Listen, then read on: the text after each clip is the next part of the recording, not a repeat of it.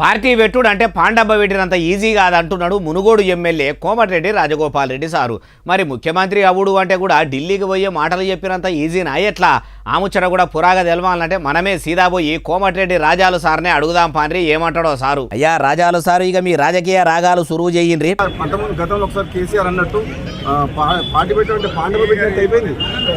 మీ దగ్గర పైసలు ఉన్నాయని చెప్పి కొంతమందిని తీసుకుపోయి ఒక ఫంక్షన్ హాల్ తీసుకొని నీకు సోషల్ మీడియాలో చేసుకొని పార్టీ డిక్లేర్ చేసి పడేసింది. అది కూడా పోయిపోయి తెలంగాణ రాష్ట్ర సేన టీఆర్ఎస్ అంట.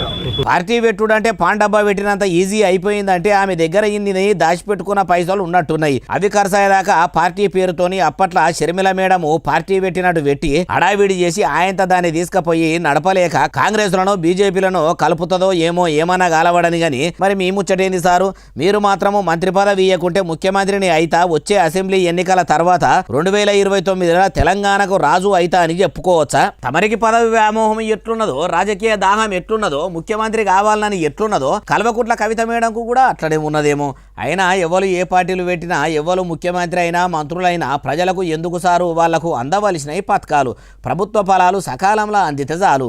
అంతెందుకు మీ మునుగోడు ప్రజలకు కూడా మీరిచ్చిన హామీలు అన్నీ కూడా బరాబరి నెరవేర్చితే అదే 10,000 మొదలు మీరు ఆ పనులు చూసుకుంటే మంచుకుంటుంది. అట్లా కాకుండా ఇట్లా ఉత్తగా వేరేటోళ్ళ మీద పొద్దు పోతే ఊదుగాలది పీర్లెవ్వది మునుగోడు గోస తీరదంటుర్రు ఈ ముచ్చటిన్నోళ్ళు.